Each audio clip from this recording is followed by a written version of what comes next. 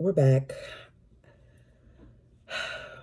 I'm warning you guys now that some of you may not like what I have to say, but I'm going to always keep my thoughts honest, even if it may get some negative comments. We start this episode with Tammy saying she's confused about how she put on 10 pounds. I don't understand what she's confused about. After all this time and seeing how things have gone with Tammy in the past, you know why you put on 10 pounds. We're not going to sit here and act like you did everything that you're supposed to do. We have the nursing assistant telling her that there's different reasons. It could be stress. It could be water retention, that she may have plateau, that most people, their weight goes up and down. And why I do agree that sometimes you do come to a plateau, we're not going to act like Tammy's doing everything that she's supposed to do. Tammy has let us know that some of the residents leave. We also know that they don't always eat the best things. So there's reasons why Tammy has put on it. It wasn't that the scale read the same. So that's not a plateau. It's that her weight increased. So I'm not going for that.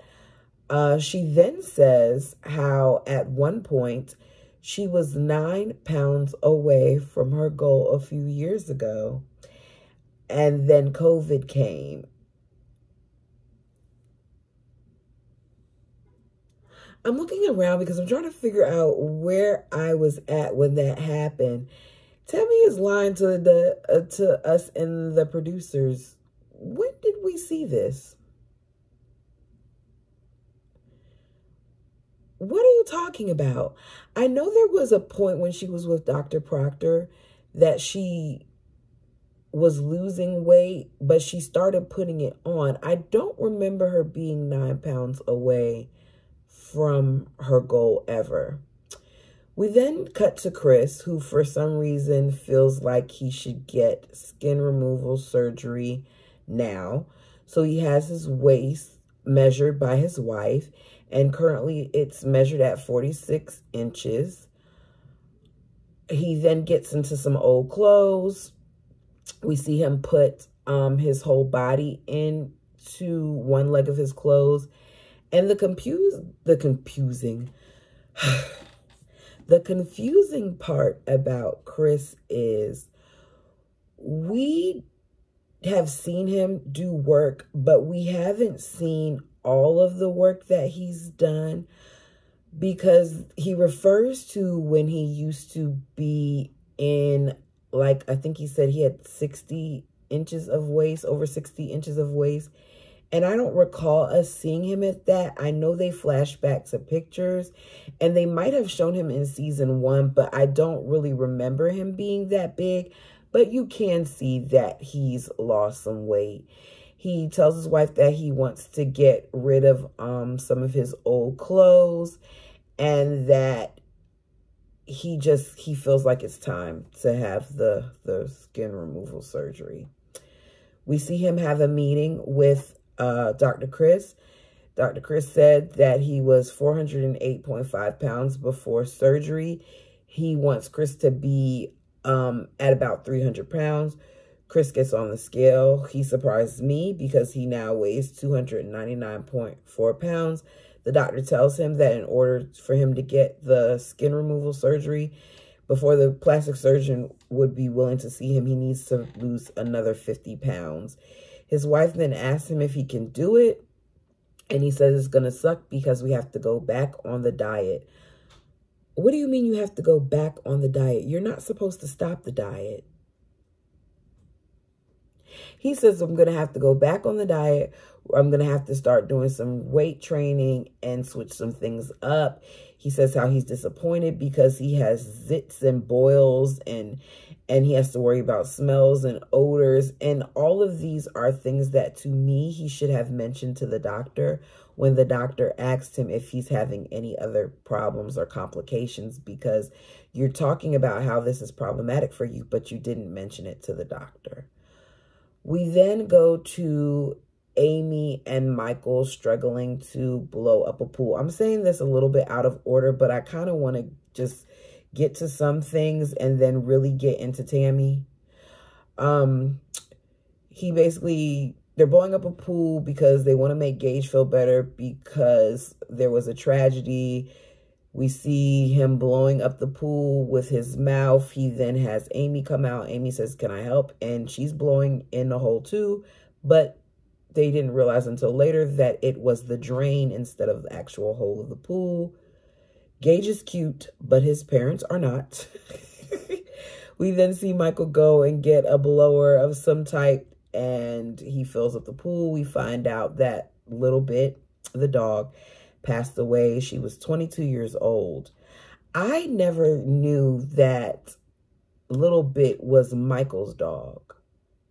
I always thought that Little Bit was Amy's dog. So it was interesting to find out that Little Bit was 22 years old and Michael had her for 17 years. And of the 17 years, Amy was a part of 5.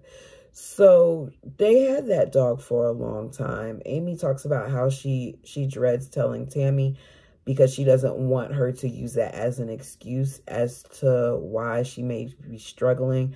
But she knows she's going to have to call her and let her know because she doesn't want Tammy to find out from anyone else. So we see her call Tammy, tell Tammy. Tammy says that she's heartbroken. Amy lets her know they're going to do a memorial. And Tammy says how she hates how she can't be there and that she misses that. She's mad that she is missing key moments in the family's life and that she misses everyone. I still find that to be odd because this is the same person who didn't want to be around her family and whose family was getting on her nerves and who she was fussing at the mountains and how she didn't want to take 2 steps up a ramp because she was so scared and couldn't breathe and she'd rather stay in a hotel and talk to the man that didn't want to have anything to do with her. This is that Tammy who's now saying how much she misses her family, but we'll go with it. Amanda comes over and they show Amanda all the different canvases and pillows and blankets and the headstone that they got for a Little Bit. I'm going to skip and I'm going to go to the funeral part. We see the memorial where the siblings and their kids celebrate Little. The entire family is big. Some of Amanda's boys are there.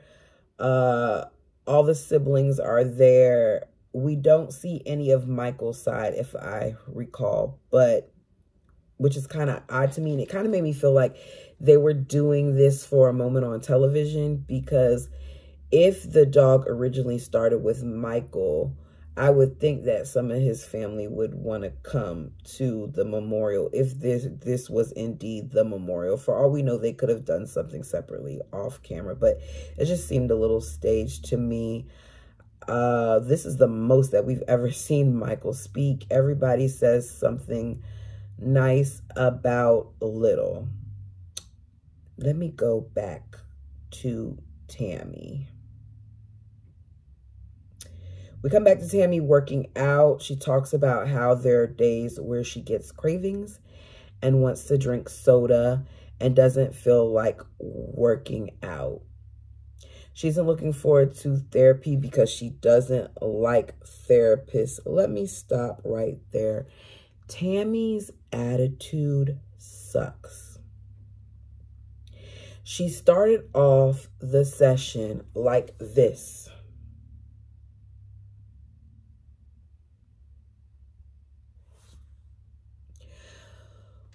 What did the therapist do to you? Her arms were folded, letting the therapist automatically know that she's closed off. Tammy acts like a child. She says she's not in the mood to talk to anyone because it's been a bad week. Little passed away and she gained 10 pounds. As the doctor asked her what her day is like, her normal day is like. She says it's the same thing every day. She doesn't say it that way. She says it in a rude way. The therapist is so much more patient than I could ever be. She asks her about the progress of her weight loss, and Tammy says she doesn't want to talk about it. Drop it. Move on. It's so... She even tells her, I'm going to shut down. The doctor points to her that when she shuts down, it takes her focus off of what she needs to do. And she tells her, don't analyze her. And the therapist says, it's my job to analyze you. She tells her, I'm asking what you're learning from being there. And Tammy proceeds to cut the camera off. This is where some people might not like what I have to say. Tammy isn't doing the work. Dr. Proctor has already given up on her because she started season 1 with Dr. Proctor, and Dr. Proctor basically saw through the crap and was like, look, I'm not going to keep having you wasting time taking that drive, putting your body through all of this to come out here just for you to not meet these goals and for you to not lose weight and for you to not be able to have this surgery. So what I'm going to do is I'm going to have you go to a doctor that's closer to you that specializes in bariatric surgery that can get you to where you need to be and maybe will deal with your crap because I don't want to deal with it. You then have this other doctor who tells you goals and keeps pushing for you and keeps wanting to do you better for you. And even though you stood him up on appointments, he made sure that he came and he sought you out and he talked to you and he told you that you needed to speak to a therapist and suggested things to you and all of this stuff just for you to not care. Tammy at this point has been in this facility for 5 months. Tammy, when she went in, was 700 and something pounds. If Tammy went to Dr. Now, Dr. Now would have expected her to lose 100 pounds in like 2 months. Am I exaggerating a little bit? Maybe. But let's be clear. He would have put her on such a strict diet that she would have lost the weight by now. Tammy is not doing what she's supposed to do. We are not going to sit here and act like someone at her weight should not have lost more weight than she has. I have not exercised a bit since I decided that I got to get back on it because I've been putting back on weight. And I have already, in 2 weeks, lost 8 pounds. Without exercising a bit. It can be done. You just have to make your mind up that you're going to watch your portions, that you know what works for your body. You know what doesn't work for your body. And Tammy, you're not going to sit here and tell me that you're eating everything that you're supposed to. You're not going to tell me that you magically gain 10 pounds by following the protocol. I can understand if you stood at where you were supposed to stay, but you went up. Tammy wants the easy way out. Tammy doesn't want to put in work. Tammy wants to fake for the camera like she's doing this, but Tammy is still in the rehab facility at this point. At least we know that as of a month or 2 ago she was, because there's already been a spoiler alert about her and this guy that she's met in the rehab facility, and she still looks like she's large. The fact that you have a device here that has already got clogged in the middle of your sleep and scared you to... What more is it going to take for you to want to be here? You cry and say you want to be here, but you don't show that you want to be here. You have to do the work. I feel like these people are playing in our faces, and I'm over it. Amanda talks about how you have to switch things up when you plateau, and she's right. She says how she hopes that someone at the facility told her that.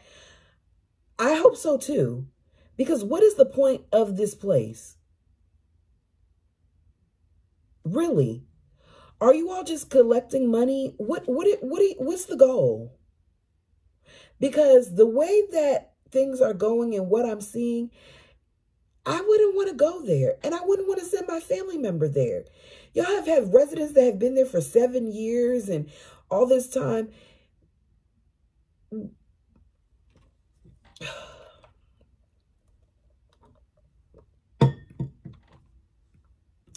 I hope Tammy does it. I hope that she gets a better attitude. If I was that therapist, I would contact the doctor and let the doctor know some of the issues that I'm having with Tammy. Tammy has to want it for herself. You don't. 6 sessions involves you speaking. If you close down the computer on me during a session, it doesn't count. If you don't answer these questions, it doesn't count. If you don't do the homework and the assignments that I'm giving you, it doesn't count. How do you ever expect to get past the point of getting close and then messing yourself up if you don't address the problems with the person or the people that are being put in your life to help you? You have a whole team that millions of others would love to have, but you're not doing anything with it. Be better, Tammy. We can't want it more than you do. And I feel like at this point, we do. Let me know your thoughts and opinions down below. Until next time.